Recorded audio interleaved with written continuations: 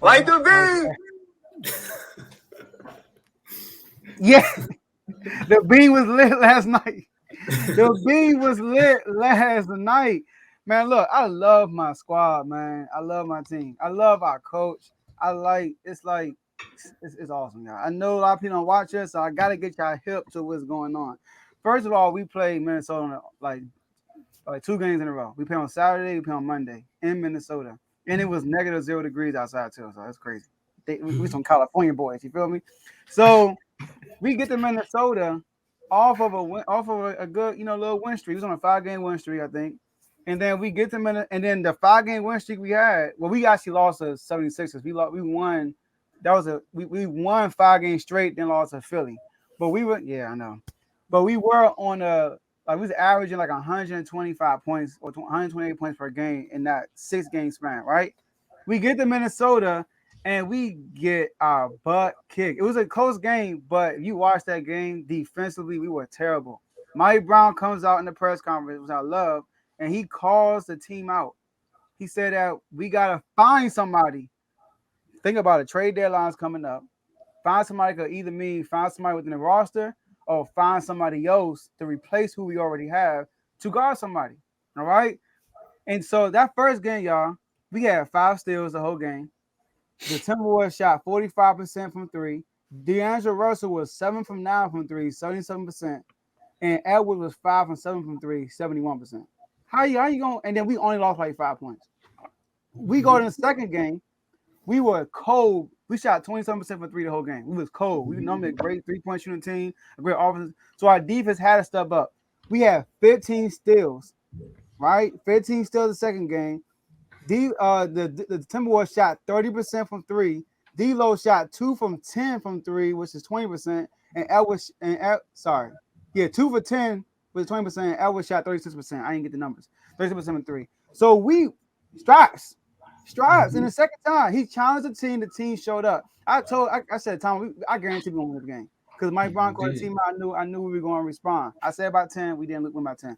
But what I like is our defense is getting better. We were 24th. Now we're 21st. Our defense is slowly getting better as the season goes on.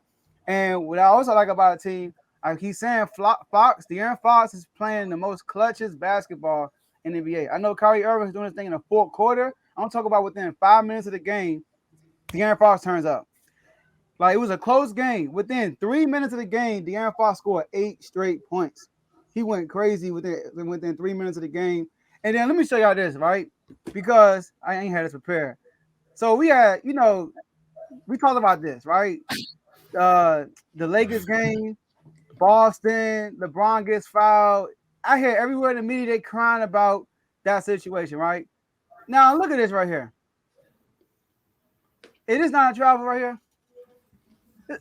Look at it. What? Right? That was a 3 to tie the game. Look at De'Aaron Fox. Why is De'Aaron Fox? Mike Brown. What's Mike Brown on top of the key? Mike Brown saw the travel, and he like, it's a travel. And why is De'Aaron Fox? He like, chill out. We got this. He didn't panic, like go on the ground, go on his knees. Oh my God, get a camera, show it to the ref. He's like going to the floor like a fish out of the water, like that. Didn't do it. They didn't do none of that. What they did was they went into overtime and they won the game.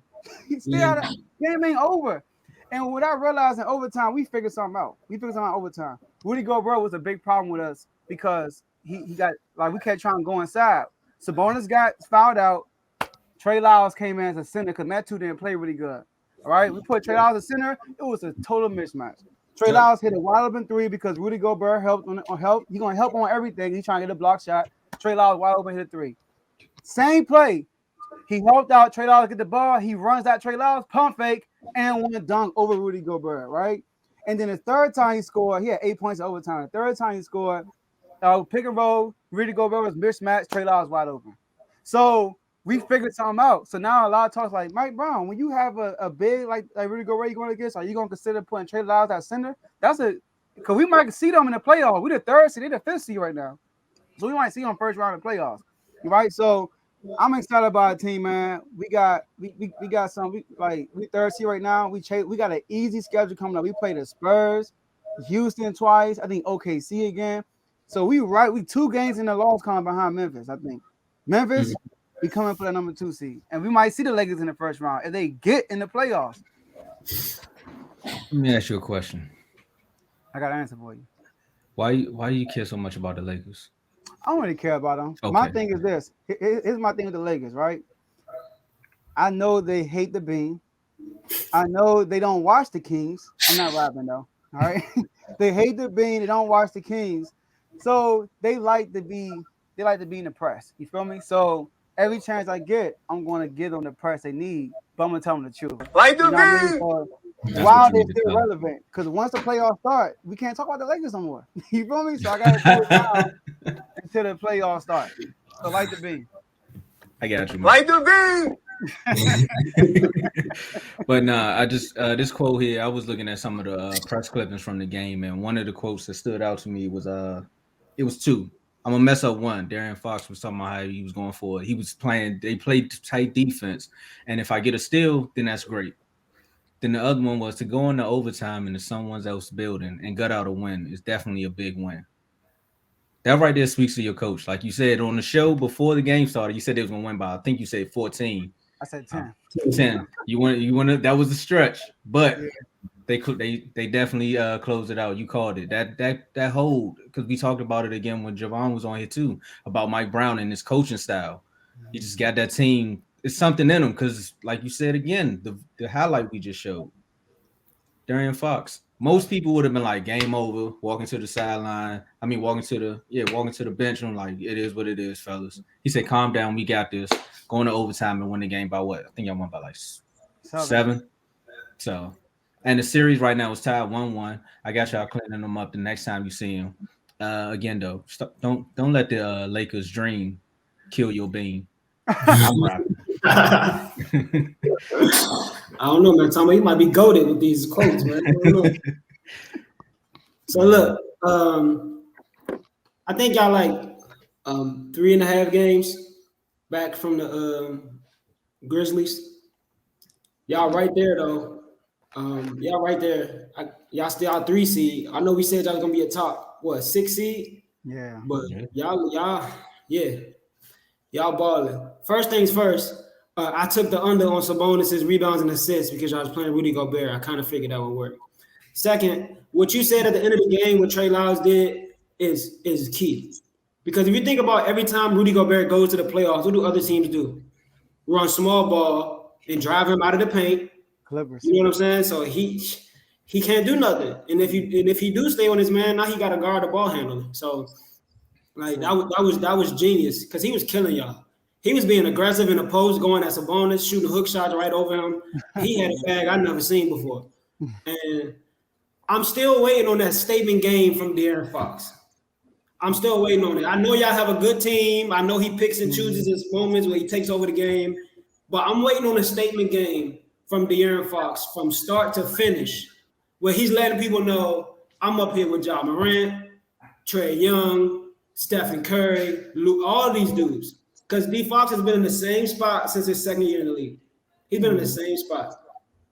Just itching to break through to be mentioned with those other guards. So me personally, I'm waiting on that statement game from De'Aaron Fox where I don't think he put up 40 yet this season. He probably put up 38. I don't think he put up 40 yet. Not yet, no. The So 37. I'm waiting on De'Aaron Fox to have a statement game to where it's that when my team is struggling, they know I can get 40. They know I can get 35. You know what I mean?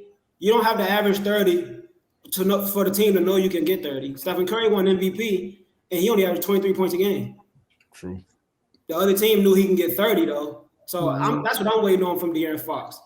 As far as the Kings, y'all defense did get better from game 1 to 2 against the Timberwolves. I still think y'all missing a big body to move Sabonis to the 4. And I'm not sure who's available. I'm looking at from the Spurs, Jakob Poeltl. He's a 7'1", 7'2" big body who can rebound. I think he's averaging like 10 and 10 over there in San Antonio. So he can rebound, he can defend the paint, and Sabonis can slide to the 4 because y'all need another big body. It was who's that? Is that Metu? Metu, yeah. Mm-hmm. Man, he got him with a boom, boom. I was like, he's a baby. What is he doing? y'all a good team. What separates y'all from the other good teams is that one guy. The Nuggets have Jokic. Mm-hmm. The Cavs have Luka. The Grizzlies don't have a great roster. They have Ja. He's the standout player. Like, Mm-hmm. so it's the Kings. De'Aaron Fox got to be. I'm waiting on it. I'm waiting on it. The pressure's on D Fox. I'm waiting on it. How you feel about Mo Bamba? Mo Bamba as well. We talked about Mo Bamba. He'd be great too. He stretched the floor, perfect. and he a big body. He perfect. See, man, and then what? I don't know what's the name. Just signed re-signed a contract extension. Miles Turner. So I'm not sure. No, he go. He's staying. Yeah, he just signed a contract. So yeah, Mo Bamba is another good one. And he young too. But like Fox, James, I'm with you 100%. And to be honest with you, because he had 37 like 3 times, and I don't think we're gonna get that 50-point, 45-point game. Probably not into the playoffs. Kind of like John Morant. John Morant, we saw his first explosion against Utah. You know, like one day he just like went crazy on Utah, like 48, 40. He had 40 something. And we was like, we know Ja can do this. I know. I was like, dang, Ja went off. And ever since then, John Morant has been like John Morant. But they lost though, so we don't plan on losing. You know what I mean? Like they were an 8 seed. You feel me? Going as a number 1 seed. So I think that's when we're gonna see it though in the playoffs. When defenses know you, they know the team, and the stars have to be stars. You know what I mean? Because I know yesterday he only had 32, but he was aggressive from the start. He didn't shoot well though. That's the thing. But I like the fact that he knew all Bucks was like, all right, we saw what happened the other day. Because when you play a team back to back, 2 playoff teams, it's kind of like a playoff atmosphere, kind of, because you kind of know each other. It's like the playoffs. So he was like, all right, I know from the start, I gotta be on. I gotta be aggressive. And he was. He took like 8 shots in the first quarter. He never does that. He always waits until the game comes to him, all that stuff. So I'm with you though. And one thing I would say about the Rudy Gobert thing, I think he went off because Cat is out. So he was like, I finally got my moment. He probably felt like when he was back in Utah, he was like, I don't got to worry about Cat coming in the game, you know, cutting my minutes off, stuff like that. Yeah, Anthony Edwards is playing much better. I'm not exactly sure if it was that small period that D'Lo was out, because when he had a small, like maybe like 3-4 games, it wasn't a huge sample size, but he said who? It's still D'Lo. When D'Lo was out for a little bit, it was just Ant and Gobert for a few games. It was only a few games, but that's all you need. It was that small window to show Anthony Edwards that I can score and play make. I can run the offense. I don't need D'Lo to be setting me up all the time. Exactly. And that opened up Anthony Edwards' game, and there's no telling. There's no telling, when Cat comes back, there's no telling how that team can finally mesh. Could they we killed them all year, bad trade, but they're the 5th seed right now. Exactly. They've been winning lately. I think we get they're different teams without both bigs. With both bigs, they're worse. You're right. You know That's what I mean? They're different teams. We'll have to see how it is when they get back and they're too good and they can pay too much money to not play at the same time. That's true. And that's going to be interesting to this coach, how he going to adjust to what they're already doing with Cat coming in right before the playoffs. Yeah. I still think it's a bad trade, but I do too. Yeah, I think we all still agree with that. I do too, yeah. But they the 5th seed though, man. They looking, and Anthony Edwards, man, he's taking ownership of the stardom. You know what I mean? Like he had 1 mid-range jumper over 3 of our defenders, bro. I'm like, he rose up. I was like, God. He nasty. And ever since he dunked on Sengun, he just going to the basket like under his own free will. And that's the moment you're saying you need from. That's the moment you're saying you need to see from Fox. That next step. I just need Fox to have one game where I know it's the Sacramento Kings. I know they're a team, but I need it to be D Fox. You know what I mean? Every team that's in the playoffs or some kind of good has one player where it's him from start to finish. At least one. I mean, look at the Thunder. They got Shai Gilgeous. The Blazers are playing good, but Damian Lillard has 50 pieces, 40 pieces. Like he's put the team on his shoulders at times. That's what I'm just waiting on that. Maybe I'm not watching enough Kings games. Joe can help me out, but I'm waiting on that from Fox. I think we kind of had that, but it wasn't. It wasn't like a 40 piece or a 50 piece. You know what I mean? Because against Orlando, when we played him the first time, he had 37. When he pulled the game winner? Yeah, he had 37, and he had double fourth quarter, and he was scoring over like Bobo over, like, you know what I mean, right? And he hit that game winner. So that's why I think that was his game for the season. But it was 37 though. It wasn't 40 or 50. Yeah, no, I mean, it ain't even got. Yeah, that's why I said I might not be watching the Kings game. Just from what I've seen, I'm just waiting on that one explosion game for real. Yeah. Nah, but speaking of Magic, but before we get to the Magic.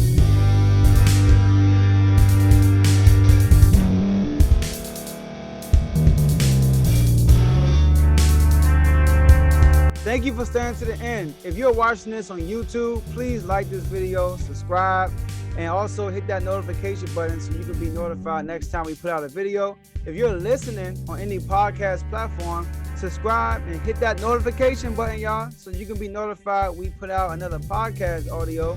And last but not least, hit that share button. No matter what you're listening to or watching it, hit that share button and send it to somebody that you know that would love to watch this episode you just listened to.